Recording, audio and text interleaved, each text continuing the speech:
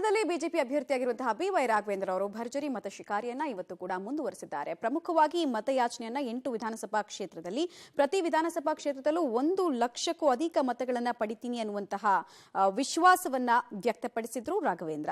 ಅಭಿವೃದ್ಧಿ ಬಗ್ಗೆ ಚರ್ಚೆ ಆಗದೆ ವೈಯಕ್ತಿಕ ಟೀಕೆಗಳು ಕೆಲ ಕಡೆ ನಡೀತಾ ಇದೆ. ಕೈಲಾಗದ ವಿಪಕ್ಷದ ನಾಯಕರ ಅಪಪ್ರಚಾರ ಮುಂದುವರೆದಿದೆ ಅಂತ ಕಿಡಿಕಾರಿದ್ರು. ಹಾಗೂ ವಿರೋಧ ಪಕ್ಷದ ನಾಯಕರಿಗೆ ಪ್ರಚಾರ ಮಾಡೋದಕ್ಕೆ ಯಾವುದೇ ವಿಚಾರ ಇಲ್ಲಿಲ್ಲ, ಹೀಗಾಗಿ ಅಪಪ್ರಚಾರವನ್ನ ಮಾಡ್ಕೊಂಡು ಬರ್ತಾ ಇದ್ದಾರೆ.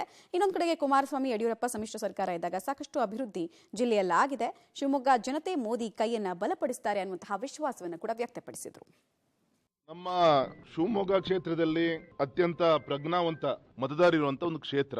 ಅನೇಕ ಸಾಹಿತಿಗಳಿಗೆ, ಗೌರವಿತ ಮುಖ್ಯಮಂತ್ರಿಗಳಿಗೆ ಸೇವೆ ಸಲ್ಲಿಸಲಿಕ್ಕೆ ಅವಕಾಶ ಕೊಟ್ಟಂತ ಕ್ಷೇತ್ರ.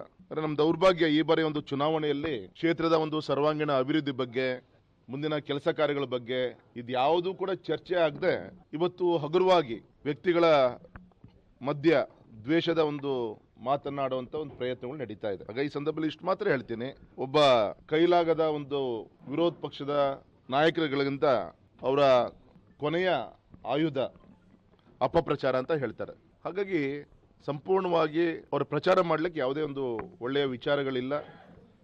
ಅಪಪ್ರಚಾರವೇ ಒಂದು ಪ್ರಚಾರವನ್ನಾಗಿ ಶಿವಮೊಗ್ಗ ಕ್ಷೇತ್ರದಲ್ಲಿ ಚುನಾವಣೆಯನ್ನ ಎದುರಿಸುವಂತ ಒಂದು ಪ್ರಯತ್ನವನ್ನ ವಿರೋಧ ಪಕ್ಷಗಳು ಮಾಡ್ತಾ ಇದೆ. ಜನರು ಅತ್ಯಂತ ಬುದ್ಧಿವಂತರಿದ್ದಾರೆ. ಇಷ್ಟು ವರ್ಷ ಆದರೂ ಕೂಡ ಈ ದೇಶವನ್ನ, ರಾಜ್ಯವನ್ನ, ಈ ಕ್ಷೇತ್ರವನ್ನ ಆಡಳಿತ ಮಾಡಿದಂಥವ್ರು ನೀವು. ಆದರೆ ಇವತ್ತು ಶಿಕ್ಷಣ ಕ್ಷೇತ್ರದಲ್ಲಿ ಇರ್ಬೋದು, ಸಂಪೂರ್ಣ ಒಂದು ಅಭಿವೃದ್ಧಿ ಕಾರ್ಯ ಇರ್ಬೋದು, ಇದು ಭಾರತೀಯ ಜನತಾ ಪಕ್ಷದ ನೇತೃತ್ವದಲ್ಲಿ ಆಗಿದೆ. ಗೌರವಿತ ಕುಮಾರಸ್ವಾಮಿಗಳು ಮತ್ತೆ ಸನ್ಮಾನಿಸಿದ ಯಡಿಯೂರಪ್ಪ ಸಮ್ಮಿಶ್ರ ಸರ್ಕಾರ ಇದ್ದಾಗ ಆ ಸಂದರ್ಭ ಕೂಡ ಅನೇಕ ಯೋಜನೆಗಳನ್ನ ಶಿವಮೊಗ್ಗ ಕ್ಷೇತ್ರಕ್ಕೆ ತರುವಂತ ಪ್ರಯತ್ನ ಆಗಿದೆ. ಸೊ ಎಲ್ಲ ವಿಚಾರಗಳನ್ನ ಇಟ್ಕೊಂಡು ಜನರ ಮುಂದೆ ತೆಗೆದುಕೊಂಡು